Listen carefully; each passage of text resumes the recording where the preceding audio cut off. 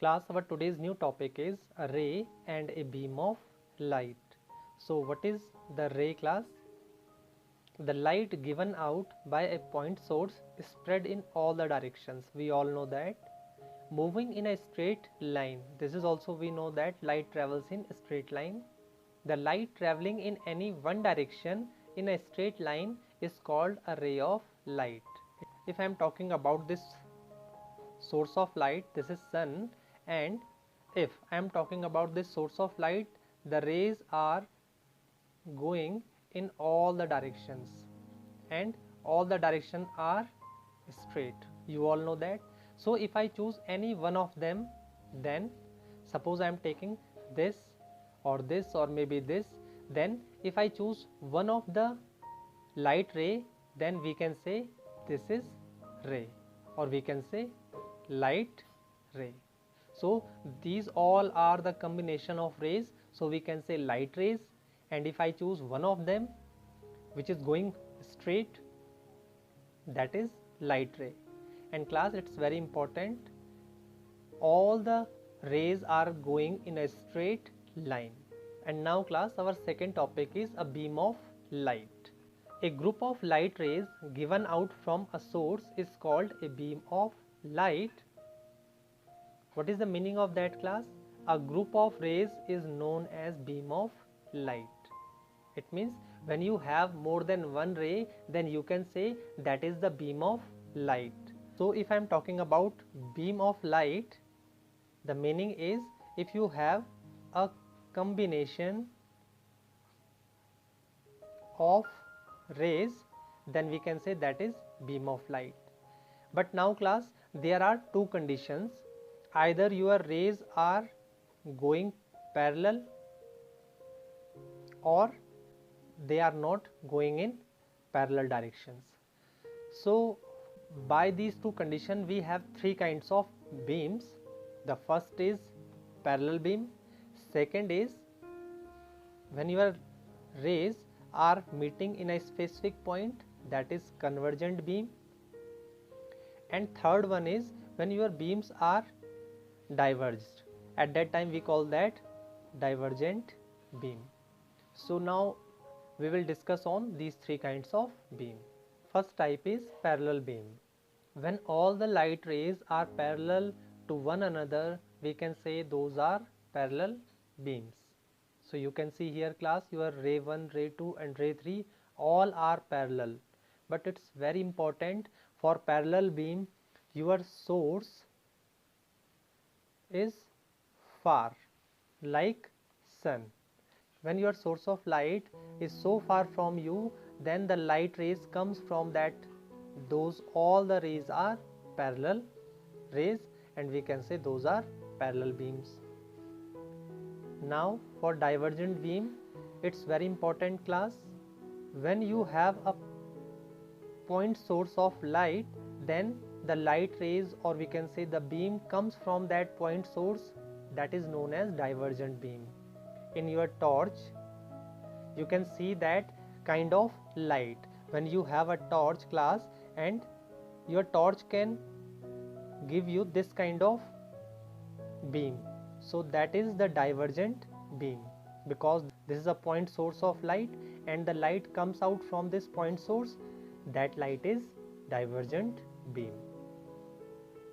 And if I am talking about convergent beam, class, when your light rays are centric in a specific point, then we can say those beams are convergent beam.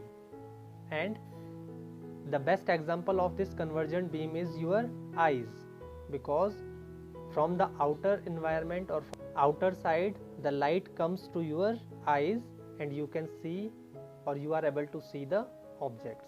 So this is the best example of convergent beam. In class, our next topic is rectilinear propagation of light.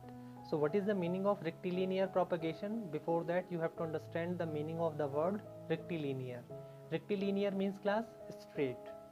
So when your light traveling in a straight line, then we can say that is rectilinear propagation. And you all know that class, light is always travel in a straight line.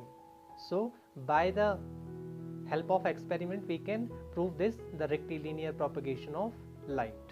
So class, this is a cylinder and this is our source of light. So if I put light, then you can see your light can come from this cylinder. So it means your light can travel in a straight path. This is very straight path class. So your light can travel in a straight path. That's why you are able to see the light. So by this you can understand the rectilinear propagation. But class, what happened if I bend this like this? Now I bent this in this form. Now let's see your light can come outside or not. Now you can see class, your light is not coming outside. So what is the meaning of that? Your light travel in a straight line. It comes from here and stops here. It is not bending here. So your light is not able to bend. So your light comes from here, and if there is no other option to go straight, then it stops here. So what is the meaning of that? Your light can only travel in a straight line. So the meaning is your light can travel in a straight line. So it means that is the rectilinear propagation of light. And now class, they gave you this activity. I already did this activity for you. When your cylinder is straight, then you can see the light, but when I bend that cylinder, then you are not able to see the light. The experiment by which you can show that light travel in a straight line. This is also one example. Here you have a 3 cardboard and there is a hole in a straight line. So the light comes from the point source that is coming to the eyes, and he can see that light because all the holes are in the same line. So light can travel in a straight line, so he can see that. But here this cardboard is just little bit higher than the other two, so your straight light cannot cross this cardboard just because it is the opaque medium, so he is not able to see the light rays. Now application of rectilinear propagation of light. So the first one is pinhole camera, second is formation of shadow, and third is eclipses. So these all are the application of rectilinear propagation of light. One new topic is pinhole camera. The pinhole camera is a simple application of the rectilinear propagation of light. To understand pinhole camera class, you understand this shape. This is a cube, and suppose it is made up of cardboard. So to convert this cardboard cube into pinhole, we have to make a small hole in this face of this cube, and the opposite side of this face is this. So we have to remove this and put the tracing paper. So class, it's a cube, and if we put a pinhole here, then the opposite side is this. So we have to remove this side and put a tracing paper here. So after that class, how pinhole camera is work, let's understand. So now working and formation of image, for that you have to understand this figure class. This is a pinhole, and here you have a source of light, and when this is a source of light, the light comes from this source is coming to this pinhole. So there are so many rays are coming to this pinhole, but we only take 2 rays which cover the most upper part and the most lower part. So when those rays come to this pinhole, then you all know light travel in a straight line. So this ray is going straight here, and this ray going straight here.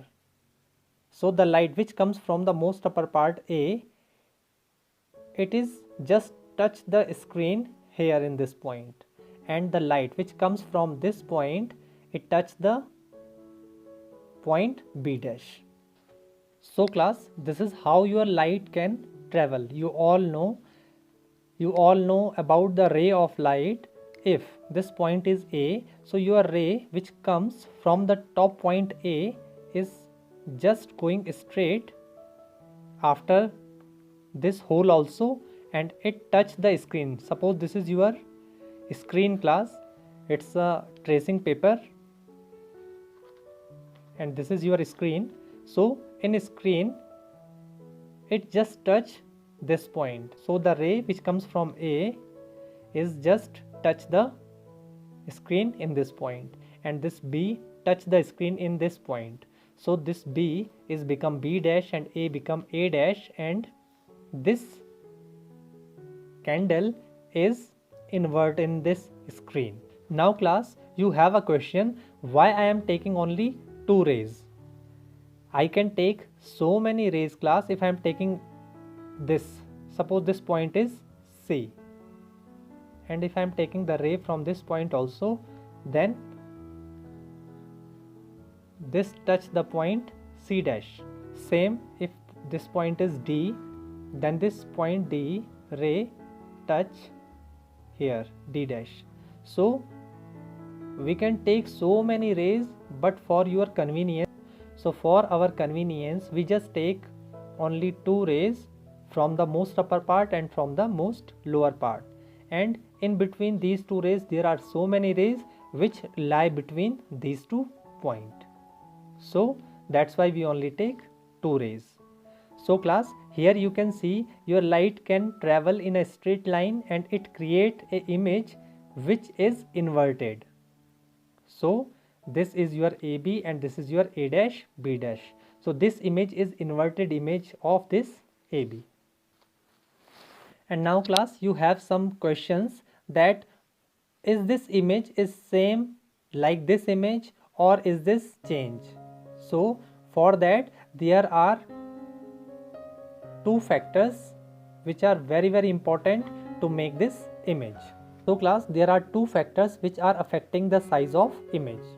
The first is the distance of the screen from the pinhole. It means if this is the distance between pinhole and the screen, if you change this, then definitely the size of the image will change. And second is the distance of the object or candle in front of the pinhole. So it means if the distance between object and pinhole is changed, then at that time also the image is changed. So number first is effect of the distance of the screen from the pinhole of the size of the image. What is happening when the distance between screen and pinhole is changed? On increasing the distance of the screen from the pinhole, the size of the image is increased. It means class, if this distance is increasing, then the image is also increasing. And second is effect of the distance of the object from the pinhole of the size of the image. It means if we are talking about this distance at that time, if the object is moved away from the pinhole, or we can say the distance of the object from the pinhole is increasing, then at that time the image is decreasing. So your image is decreasing now. If another pinhole is made near the first pinhole, 2 images are formed on the screen, one due to each of the 2 pinholes. If the holes are very close, the 2 images tends to overlap each other. As a result, a blurred image will be seen. So class, I make here 2 pinholes and they are very close to each other. So the blue one is the first pinhole. So from the first pinhole a blue image is formed, and from the second pinhole the red image is formed. And you can see class, this image is overlapping in this image. For your convenience I make this image here, but actually screen is this. So they both are lie in the same screen here. So if they both lie in the same screen, then they overlap each other and it's blur image. Second, if the hole is bigger than a pinhole, again a blurred image is seen. The reason is that a bigger hole is equivalent to a large number of pinholes. It means in a big hole there are so many pinhole will come, So each pinhole produces one image. These images overlap each other, resulting a blurred image. So class, this is your pinhole and this is the large hole, and the blue one is your first image, but this hole is so much big as compared to this pinhole. The size of this hole is equal to the 3 pinhole, so it means 3 images can be formed in the screen, or more than 3 also.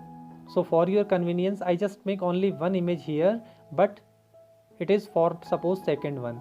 Suppose I want to make the image from this first hole, then this is just because, so this is like this. From second hole also it is here, from third hole also. So many images are formed in this screen.